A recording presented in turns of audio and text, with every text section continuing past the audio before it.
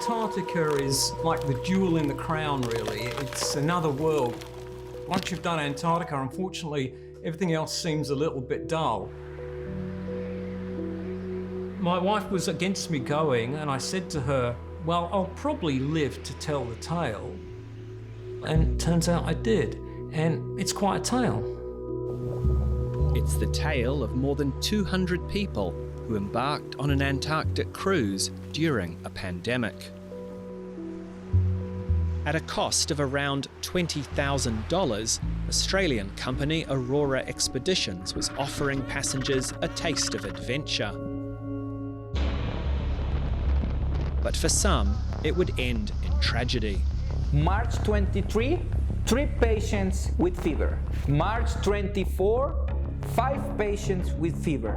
More than half of them got COVID-19. We said we have to do something. These people cannot stay in that boat for longer.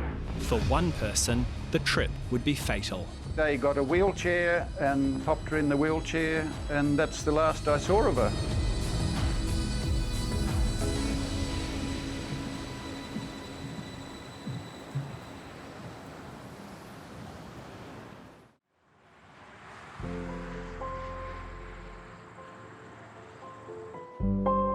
Melbourne's second wave lockdown prevents me from travelling overseas for Dateline.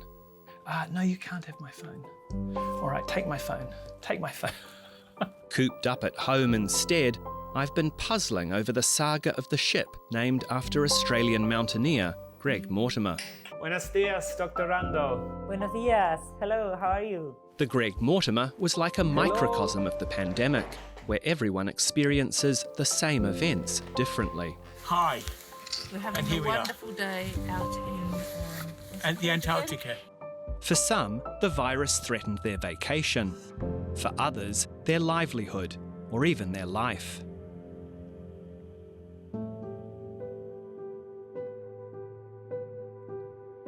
Our story begins on the 15th of March in Ushuaia, on the southern tip of Latin America. 4 days after the World Health Organization declared a global pandemic. The plan was to set off that afternoon, crossing the Drake Passage to the Antarctic Peninsula, then to South Georgia, the Falklands, and back to Argentina.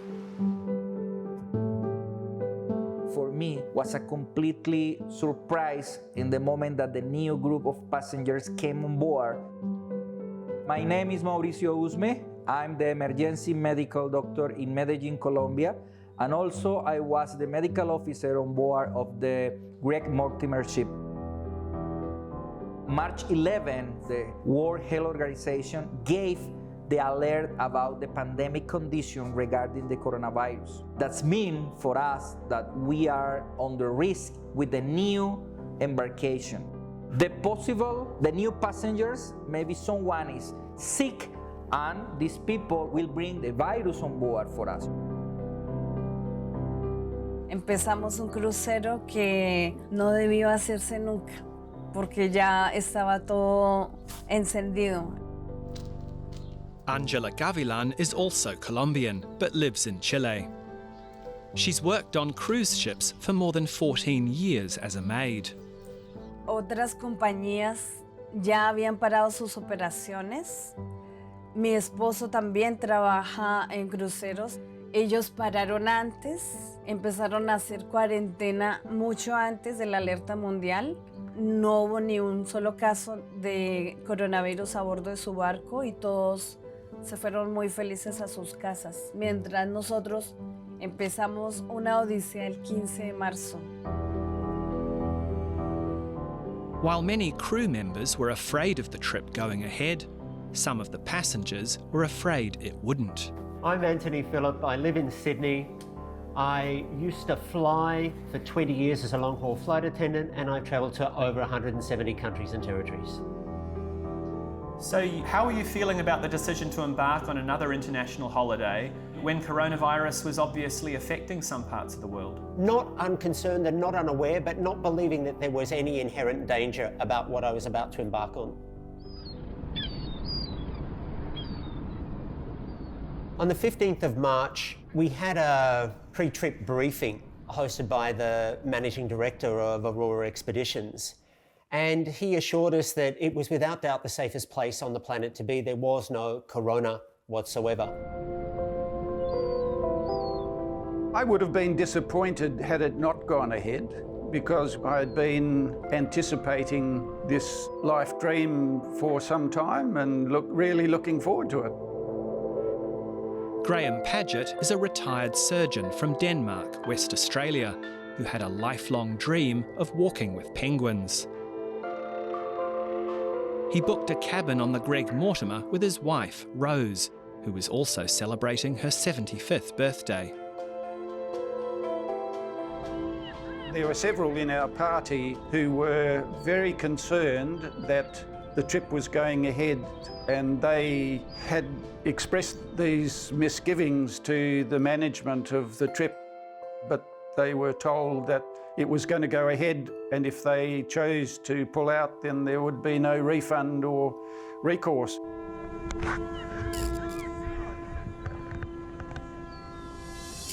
The Greg Mortimer was the last cruise ship to leave Ushuaia. I remember being overwhelmed with excitement. I was pinching myself. It was just truly such a remarkable experience to be pushing back from the port of Ushuaia, embarking on this trip that I had hoped to accomplish many, many years ago, and now it was actually happening.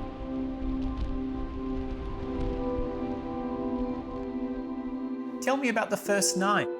Yes, we had a party for Rose because it was her birthday, and also from one of the other guys from Denmark. So it was a joint birthday party and good celebration. How does it feel looking back on that now? To be honest, I can't remember much about it. The events that followed on from that have just shadowed over it, I'm afraid, for me. The first sign that the Greg Mortimer might be in trouble came just hours after it set off, when Argentina's president made a live televised address. Así hemos tomado la decisión de que durante los próximos 15 días vamos a cerrar las fronteras y nadie podrá ingresar a la Argentina. Their route back was now blocked. It was almost like the trap was already sprung. This was already my feeling of, oh dear, you know, this could not go well. My name's Jeff Green. I live in New Zealand, and I was the expedition doctor on the Greg Mortimer. It clearly was that we're going to have to find a plan B straight away. So we were going to do a trip to the peninsula, and then we were going to fly out from the Falklands back home. It was a few more days before passengers were told of the plan to cut the trip short and leave from the Falklands. They felt that everything possible was being done to ensure their safety. There were sanitising stations everywhere to clean your hands. They kept reminding us that this was necessary. Before going in to eat in the dining room, they literally had a staff member watch us wash our hands with soap and water. There were staff perpetually cleaning banisters, handrails, all the kind of touch points that one would expect. It was a very proactive approach to trying to stop something before it started.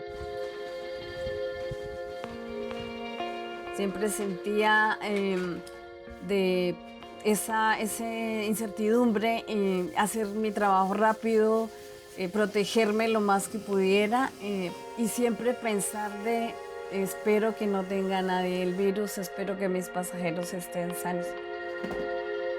Many of the crew were frightened of the passengers, who they regarded as a source of possible infection. Siempre estuvo ese miedo de... Es como una intuición, cuando tienes una intuición de que no quieres ver algo, pero está ahí.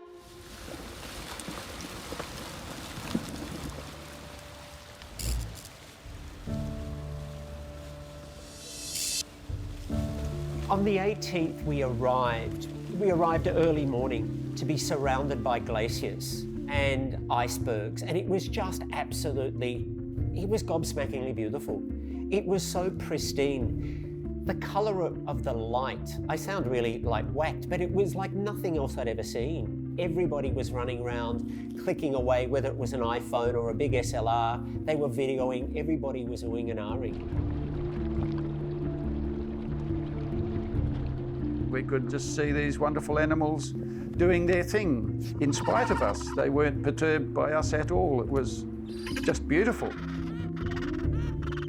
One of my pictures was of a seal that was swimming just alongside the Zodiac. He popped up and looked at me, and I've got a close-up shot of him sort of saying, "Hello, who are you?" You're seeing things that are just gobsmacking. So the mood was great. It was always that feeling that we were the lucky ones. Everyone we knew back on planet Earth was going into an increasingly meltdown situation. But at that moment, we felt that we were in this great little bubble of purity.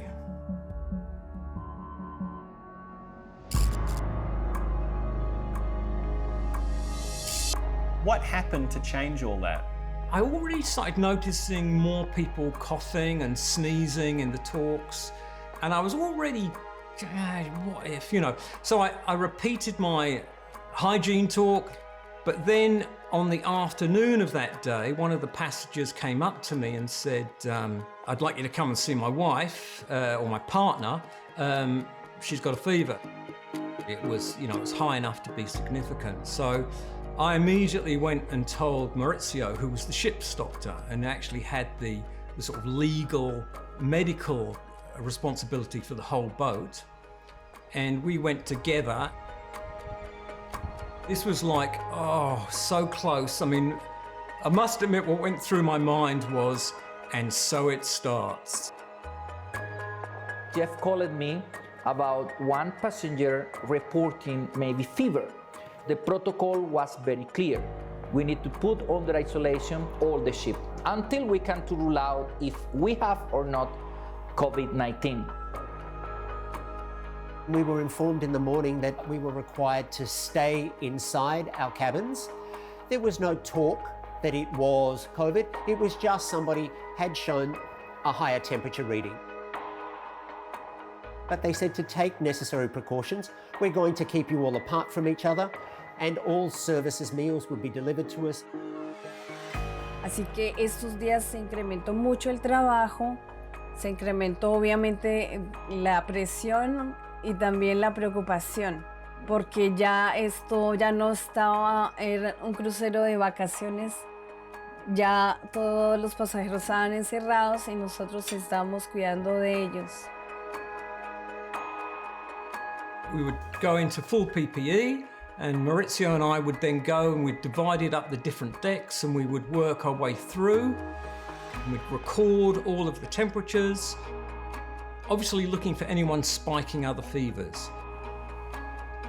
We had a couple of days where really it just seemed like maybe this is just one person, maybe this is just a one-off, but because of that one fever already, it meant that the Falklands wasn't going to happen. No fuimos recibidos por Malvinas, tuvimos que seguir nuestra ruta incierta, no teníamos un destino claro. What happens now is that we change to plan C when we start heading off to Montevideo. So that's when we start getting more rolling fevers. March 23, 3 patients with fever. March 24, 5 patients with fever. In the moment that we did reach Uruguay, we had minimum 10 people with fever. Their new destination, Plan C, was Montevideo, the capital of Uruguay and the closest major port. But at a time when cruise ships were being turned away from ports around the world, no one was sure what kind of welcome they would receive there. I was now wondering if we would be allowed to disembark with people with a temperature. As head doctor, Maurizio Usme found himself responsible for the health of more than 200 people on a ship that probably had a deadly virus on board.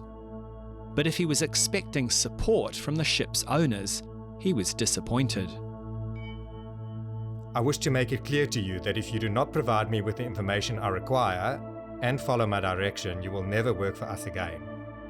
South African-born entrepreneur Glenn Hafer is also a registered doctor and was medical consultant to P&O Cruises for 15 years. Hafer bought a stake in Aurora when well-known mountaineer Greg Mortimer stepped back from the company he'd founded. We approached Glenn Hafer and Aurora for an interview, but they declined. I cannot understand why this person sent me this email in this very rude tone and threatening me. I was very disappointed. I was feeling that maybe I have not the support, the support from the company. Dr. Usmay is one of the best doctors I've ever worked with. He was under enormous pressure. He was really the man in the middle. He was shouldering the entire responsibility and care of the ship. As the ship sailed towards Uruguay, there was public outcry in Sydney over passengers who'd been allowed to disembark from the Ruby Princess less than a week earlier. 900 people would end up with COVID-19, and 28 people died as a result. Dr. Usmay thought it was his duty to include as much detail as possible on the health declaration for the Uruguayan authorities. Dr. Usmay said that those on board the Greg Mortimer had been quarantined and that COVID-19 needed to be ruled out. But Glenn Hafer was worried about whether they'd be allowed to disembark. The risk we carry is public outcry and wharfside workers refusing to allow the ship to berth and allow passengers to disembark. Please bear in mind that how you write the health declaration will influence the way that this is viewed. We don't know we have COVID-19. We are taking precautions as if we do. Give limited information truthfully. Hola, Capitán. Hola, señor. In a recording made by Dr. Usmay on the 23rd of March, the ship's captain said he didn't believe the ship was in quarantine. The ship is not under quarantine. That is clear. No, the ship is under quarantine. No, it's not. Yes. No, yes. And I told to the captain, I never going to change the health declaration because the health declaration for Uruguay is showing the real situation on board. He's a very moral person. He's got a very profound, unshakable moral integrity. And he kind of is almost a bit old school that he works out of medicine as a calling, as a vocation, rather than a job. And that became clear as I worked with him. I was very confused. In this moment, my feeling was I'm alone. Nobody is helping me here. Aurora Expeditions disagrees with Dr. Usmay. In response, they said the highly selective leaking of communications may serve the frustrations and agendas of individual parties, but does not reflect the facts.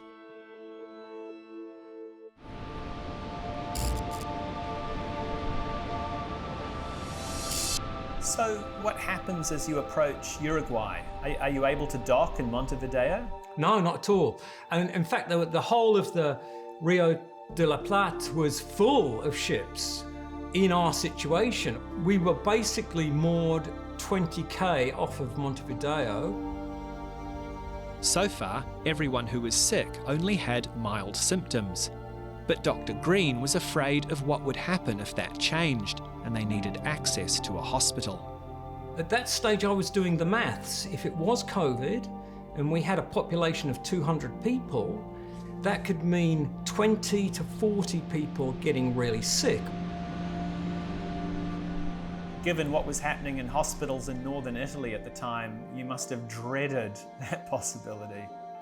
Absolutely. I'd already kind of followed and heard from doctors and nurses working in that situation. It was like a war zone, and I kind of at that stage didn't know if that wasn't going to be reproduced in our situation. Soon enough, the doctors were confronted with their first seriously ill patient, Sydney physiotherapist Carl Scher. A photo records the moment that Dr. Usme calls for help from the bridge. It was our test case. Basically, we approached the hospitals in Uruguay and Montevideo, and then luckily the British hospital accepted this patient, and within hours we were getting a Coast Guard out and the famous transfer of our first patient occurred.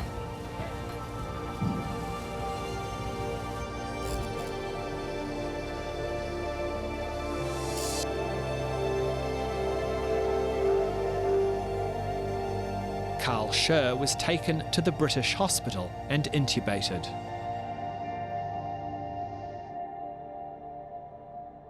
Then at 1 o'clock in the morning, I get a kind of repeated, relentless knocking at my door, and I get out of bed, and I got a message from the captain via a crew member that I had to go and see Maurizio. So I went and saw him, and he was spiking a horrendous fever.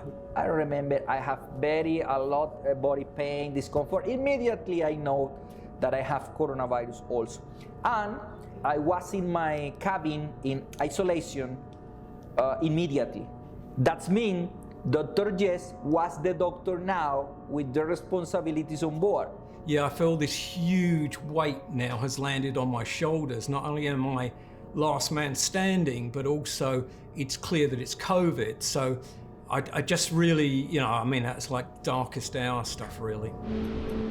The Greg Mortimer cruise ship was anchored off the coast of Uruguay with 217 passengers and crew on board, many of them Australian.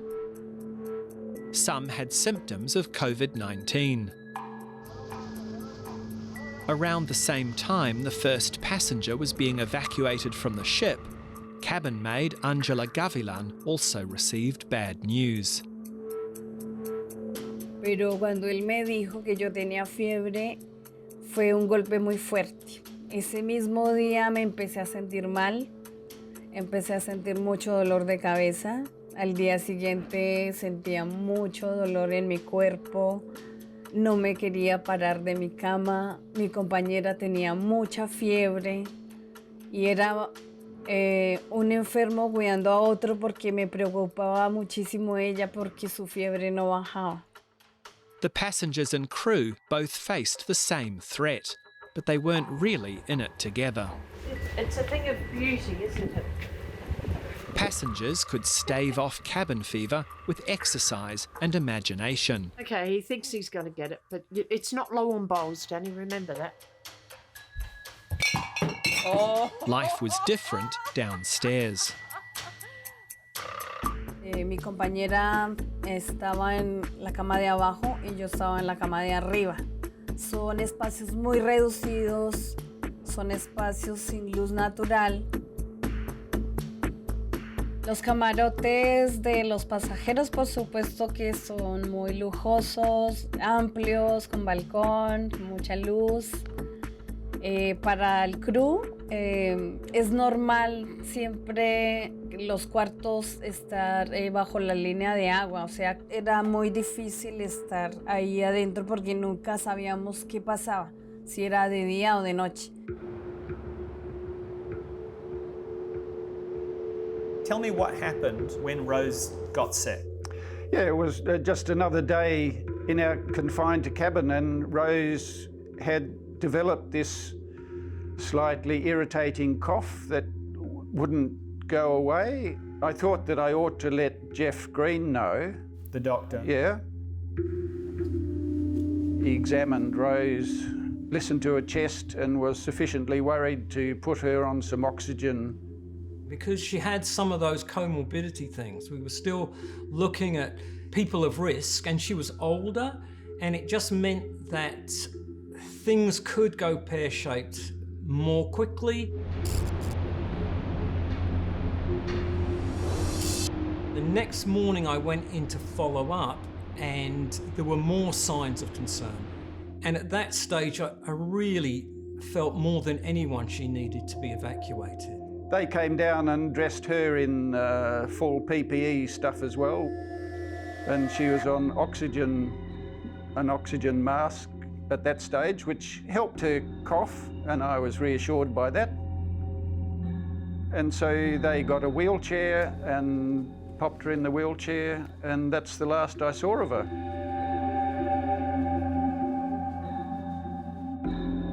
She just disappeared. Rose Paget was the second passenger evacuated from the Greg Mortimer. She was also taken to the British hospital in Montevideo. A few days later, Graham got a phone call to say she'd been intubated. It was just the beginning of the bad news he would receive from the hospital. I still look back on that with dread because I can distinctly remember thinking to myself, what the hell do I do in this country where I don't speak a word of Spanish, and I get a message from ICU that, sorry, we'd done our best, but it didn't work and she's passed away.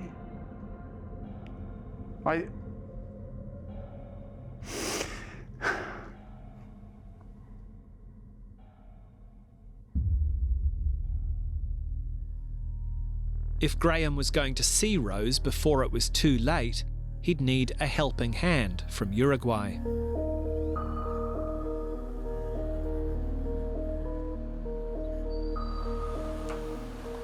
I am Dr. Karina Rando. I am the General Director of Coordination of the Ministry of Health.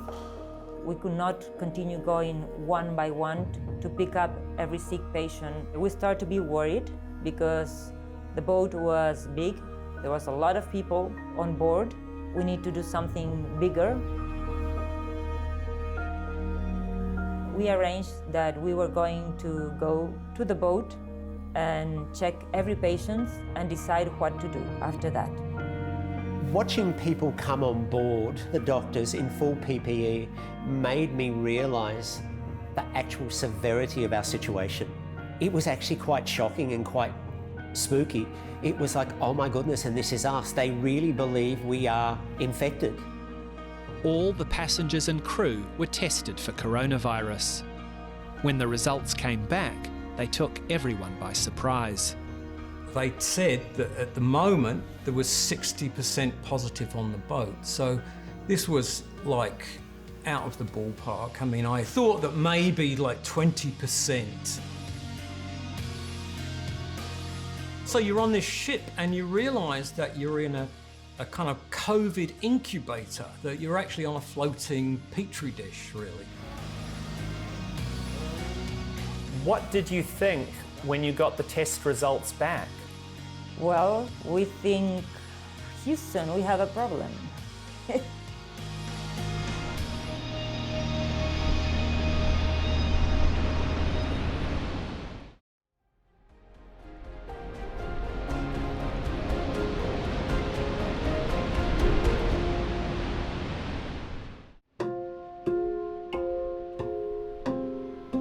Infection continued to spread on the Greg Mortimer long after passengers were isolated in their rooms.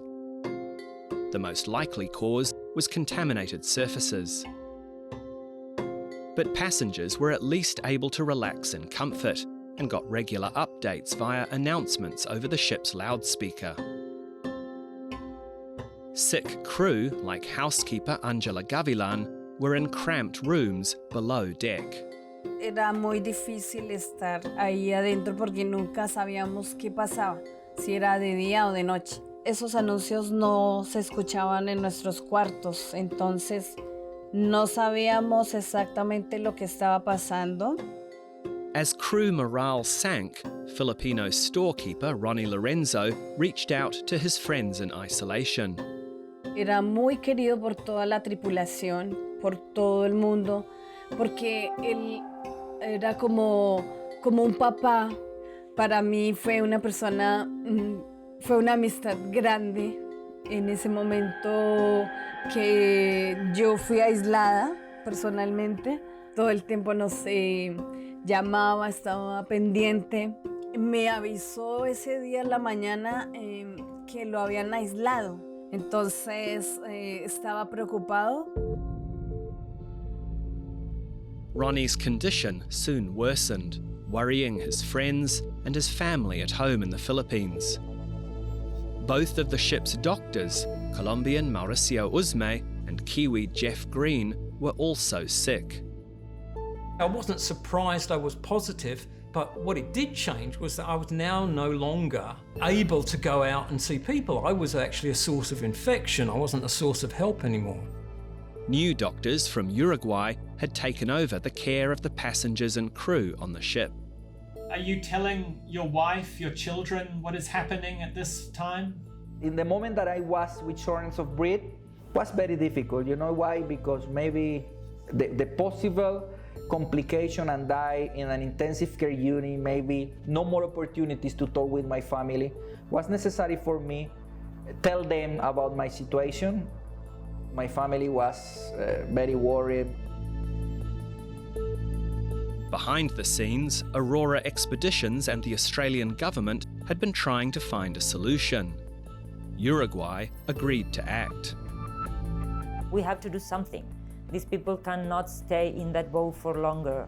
There was a huge cooperation between Uruguay and Australian governments. Mañana llegará el vuelo humanitario para repatriar a los pasajeros de esa ciudadanía y de Nueva Zelanda. This was the news that passengers had been so eager to hear. Uruguay would let them disembark in order to catch a charter flight home. On Good Friday, on the evening, you heard the anchor being pulled up and this amazing moment that we started sailing into Montevideo. So I didn't know what was going to happen, and there were stories from other countries in South America where as people pulled in, there were actually protesters, lining the dock. We prepare the buses, we separate the drivers from the people. We were very clear that they couldn't have all their luggage with them because we would not be able to be helping them with the luggage. We were watching the buses all line up and there were an awful lot of ambulances. And I was a bit perplexed, I have to say, as to why. As I look out to my right, I'm very close to the gangway. A person in a wheelchair in full protective armour, looks like a human mummy, seated in this wheelchair is there. And I thought, oh my God, what's going on here? What is really happening? I didn't work out who it was until we actually got into quarantine in Melbourne. Who was it? It was my friend, Dr. Mauricio Usme.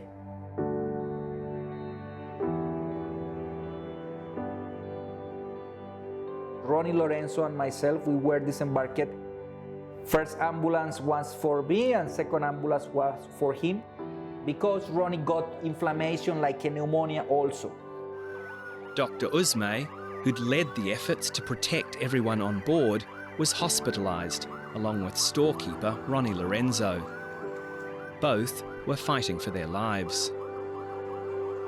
Meanwhile, the Australians and New Zealanders were escorted to the airport along a so-called sanitary corridor to prevent the spread of any infection in Uruguay. And then slowly this entire cavalcade, which was about 1 kilometre long, moved out of the protection of the dock and we started driving through the streets of Montevideo. And then people started saying, they're cheering.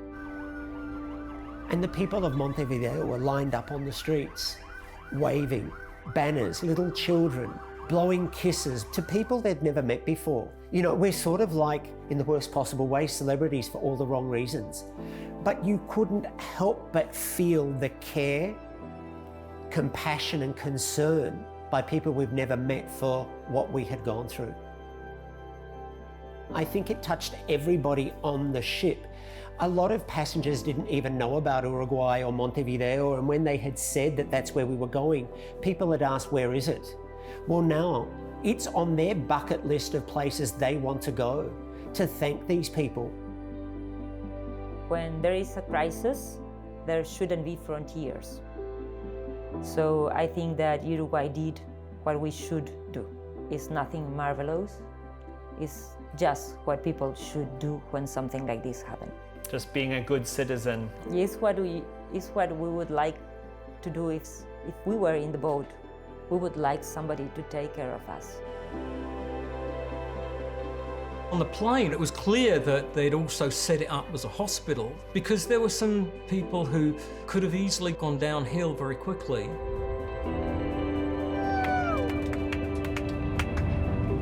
It was the weirdest flight of my life. Touchdown in Australia after a long international ordeal.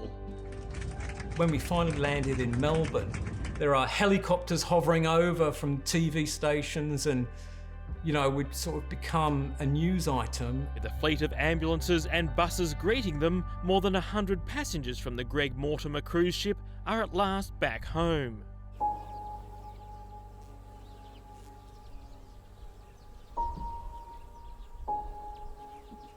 Yeah, felt good to be home.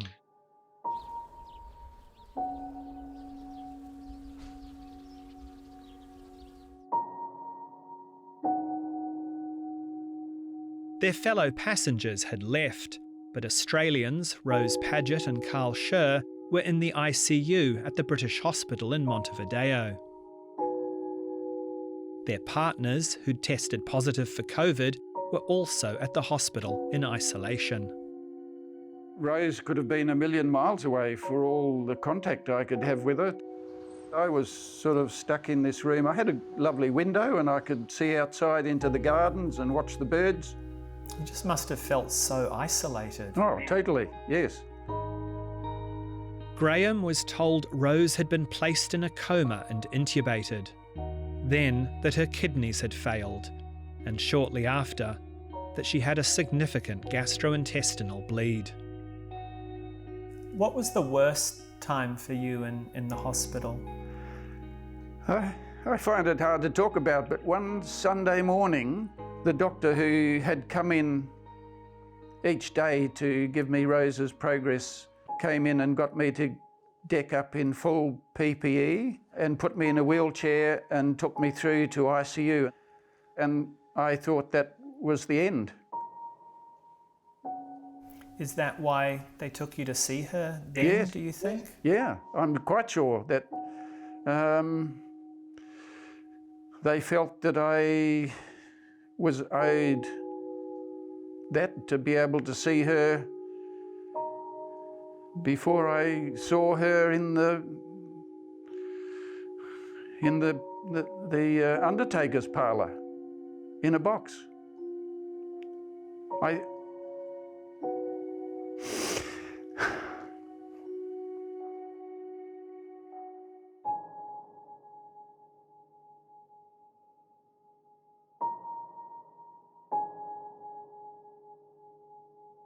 And I couldn't say goodbye because there was a bloody window there and I couldn't touch her. I couldn't.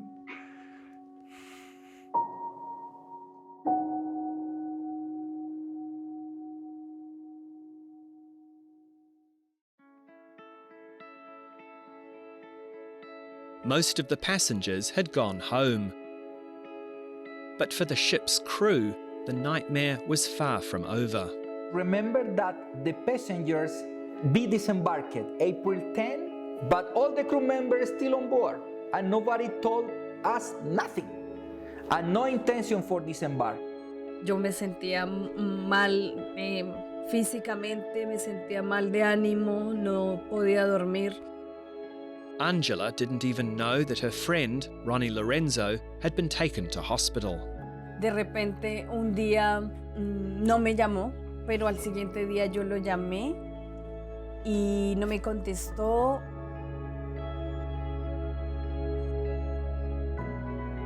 At home in the Philippines, Ronnie's anxious wife, Nena, spoke to her husband in hospital. Saturday na siya tumawag, nasa ospital na siya, meron na siyang mask na Then, tinanggal niya yon para lang makausap kami. Kausap niya lahat. Huwag mag-alala, sabi niya, pero tingin ko nahihirapan na siya ron eh. After that, hindi na, wala na kaming video call. The intensive care unit, his bed was close to my bed. I can see him for the window, and I told him, Ronnie, don't worry, like, everything is gonna be fine.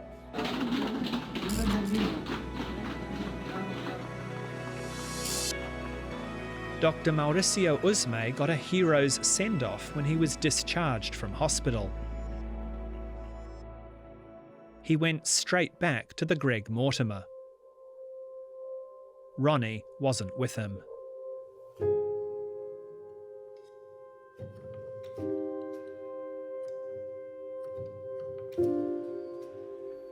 Pagdating na April 17, yun na yung hindi magandang balita.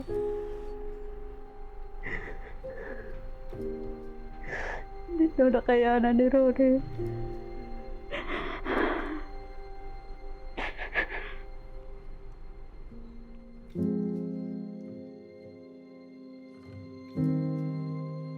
The announcement from the Capitan by the speakers was maybe 3:30 p.m. Was disaster. Nobody talked about, maybe in 30 minutes people was crying. Y fue un golpe muy duro. Fue en ese momento que el capitán lo anunció.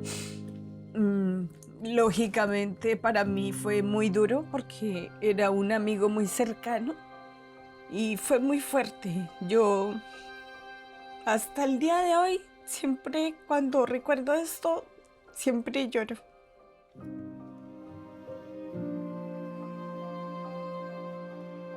"52-year-old Ronnie Lorenzo had been on the Greg Mortimer since its maiden voyage last year.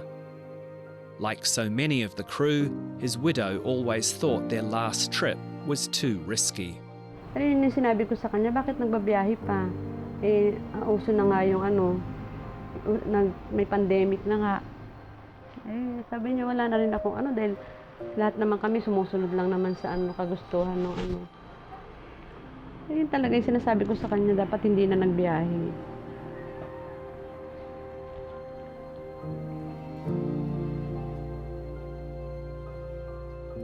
In the moment that Ronnie died was the break point. People was very sad. People was disappointed from the company. And also people was feeling that the next person with complication is everyone, people was feeling that Ronnie today died, but maybe tomorrow I gonna die also,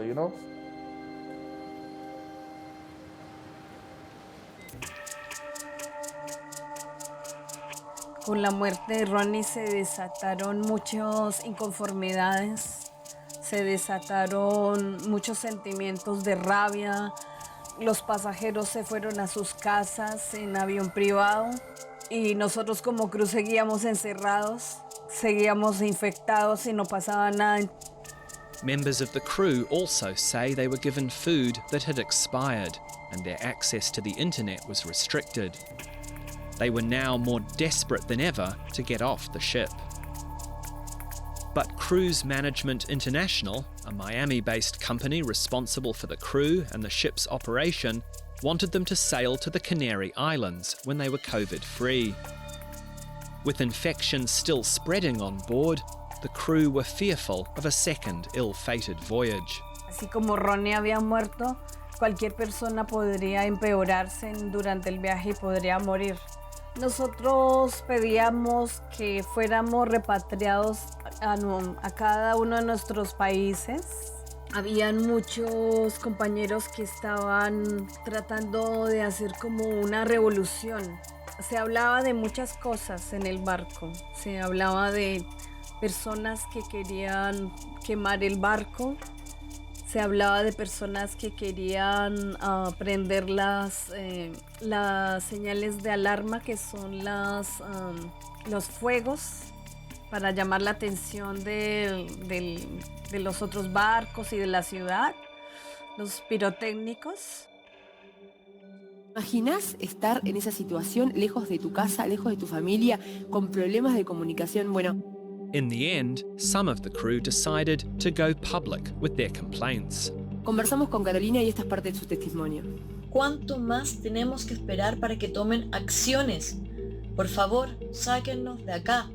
People, very clear, they told, we want John from the ship. I'm feeling that I'm gonna die on board. Eventually, with support from the public and sympathetic trade unions, the crew's prayers were answered. A month after the passengers had gone home, Uruguay agreed to let the crew disembark. Se llegó el día de la despedida del Greg Mortimer, aquí con mi traje de seguridad, listos para partir a un hotel a hacer la cuarentena en el hotel, esperando negativizar para poder irnos a casa. In the moment that we had the confirmation, official confirmation, everyone was very happy. The stress was immediately cooled down. People was happy, calling the families. Everybody was feeling that we are safe, you know? We are safe. We are safe because ashore is different than if you are alone in the ocean, you know? With so many international borders closed, it would be many weeks before everyone was finally repatriated. We approached Cruise Management International for comment, but they turned down repeated interview requests. The Greg Mortimer set sail for the Canary Islands with a skeleton crew, where it awaits its next cruise in 2021.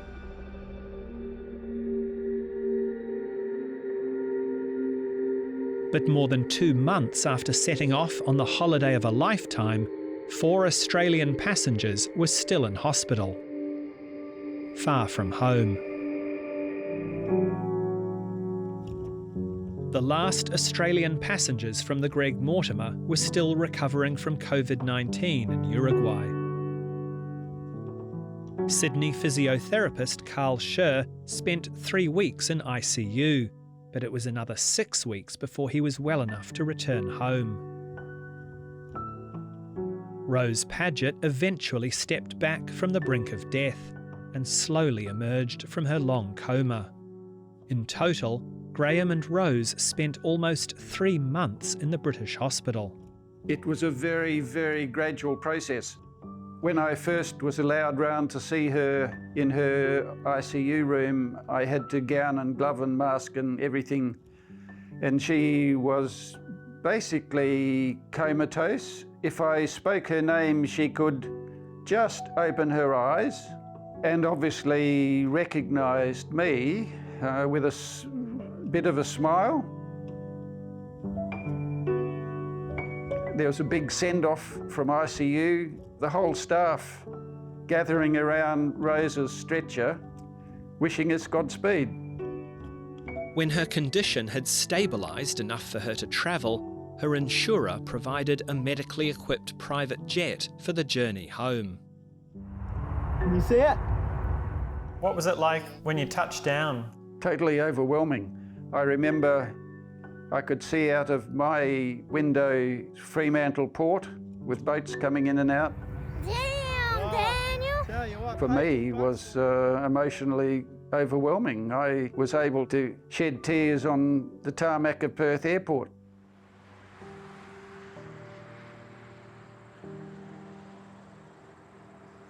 Hello, Rose. Hi. Hi, Amos. Good to see you. After a 6-month ordeal, she's alive and, if not well, then at least improving. Turn around here. Rose is dealing with the long-term effects of COVID-19 and is still piecing together what happened to her in Uruguay. I remember arriving in a little foyer at the front of the hospital, going inside, and I don't remember much after that, to be perfectly honest. And I've had to rely on Graham, my husband, so much because he's my memory card. I still sometimes feel as if I'm in a dream or a nightmare, you know, sometimes. But certainly the worst is behind me, I'm sure. Walk up to the bars and the cones. A couple of weeks ago, when she was starting her ability to stand up, I was able to give her a hug. And That was overwhelming as well, because this was the first time since we'd been on the boat that I'd been able to give her a hug. And I started crying then too.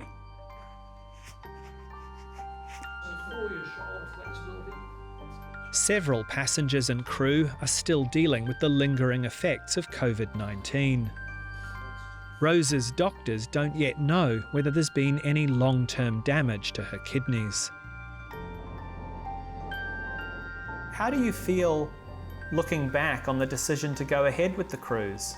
A lot of my colleagues from Denmark were very angry at that decision. I am still grateful for the opportunity, even though it was curtailed. But for Rose, I think she will deserve some compensation. How that will come about, I don't know yet. We haven't decided.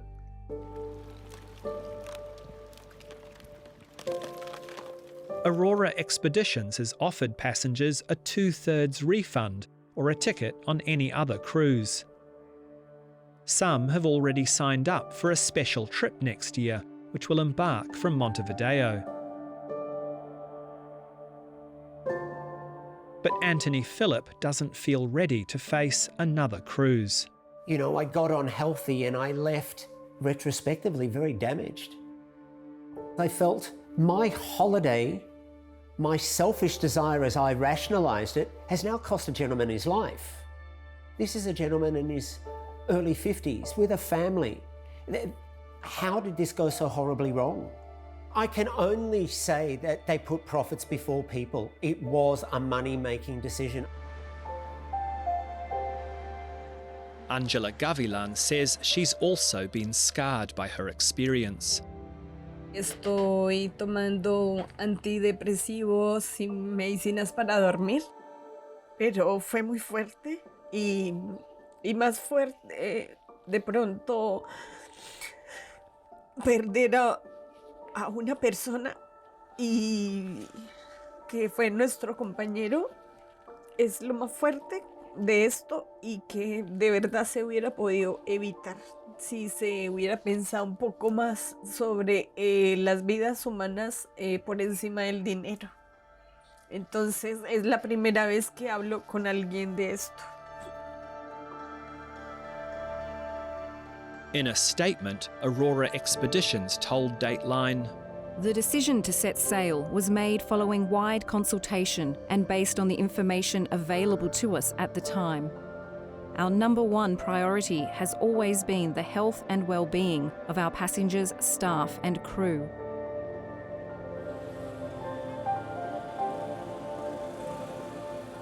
Ronnie Lorenzo became a grandfather while he was working on the Greg Mortimer.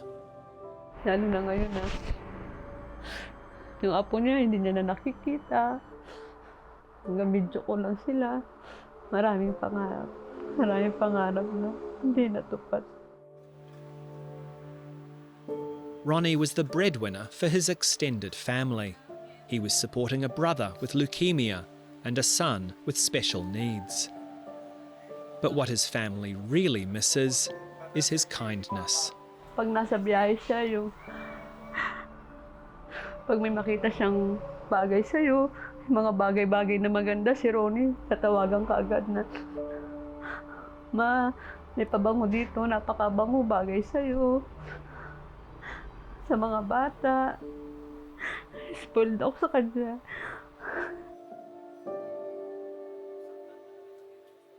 Mas uunahin niya pa yung sarili niya kaysa sa amin. Ayun yung mga bagay na namimiss ko sa kanya.